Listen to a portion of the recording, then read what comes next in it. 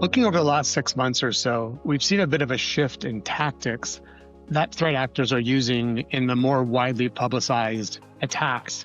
And to be fair, I believe the threat actors have been using these tactics all along.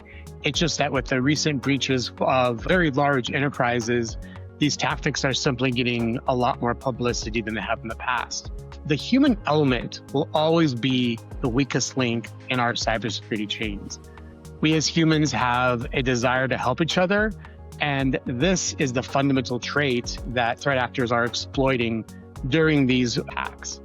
Help desk, call center, or targeted social engineering attacks continue to be the gateway for threat actors to obtain credentials into these types of organizations. Once credentials are utilized to gain access, it's very difficult to stop the threat actors from achieving their goals. When you add an artificial intelligence to a social engineer's arsenal, they're able to change their voice or portray a different person on video, create fake documents, or even obtain very detailed information all within seconds, which helps them in executing their attack.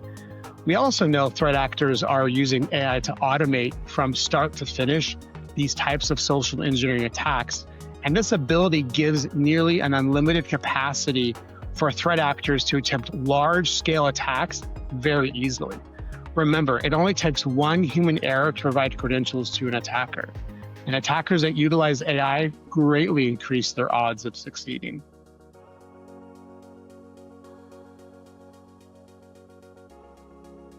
First and foremost, let's stop the AI problem from getting worse. The AI models that threat actors are using to complete their social engineering attacks are being trained from the data those same enterprise employees are putting into them. To solve this problem, it's a three-pronged approach. The first is education. We must educate our employee base on which AI tools they can use and which ones they cannot. The second is prevention. We must not allow our corporate endpoints to connect to or share data with unauthorized AI services. And the third is detection. We must create data protection programs that monitor the access to and movement of our most critical data assets. Organizations that are able to educate, prevent, and detect have greatly reduced the risk of their enterprise data being used against them in these types of attacks. Now let's talk a little bit more about prevention. Let's prevent our help desk or call center associates from making these mistakes by removing them completely from the decision tree.